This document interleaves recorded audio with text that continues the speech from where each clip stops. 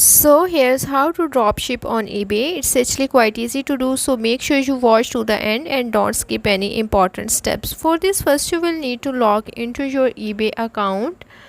Once you are logged into your eBay account, now here you have to find the popular products with a good profit margin. Look for the suppliers who offer dropshipping services.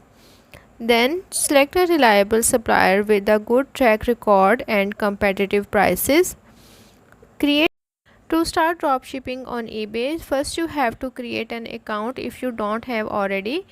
List the products you want to sell on your eBay store with detailed descriptions and high quality images. Now you have to also manage your inventory, coordinate with your suppliers to ensure that they have sufficient stock and can fulfill orders promptly. Now you also have to set prices. Price your products competitively, factoring in the product cost, shipping fees, and desired profit margin. When a customer places an order, forward the details to your supplier for fulfillment.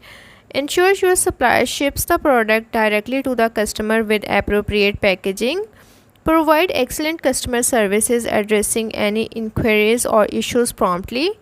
Monitor performance, keep track of sales, customers' feedback, and supplier performance to continuously improve your dropshipping business on eBay.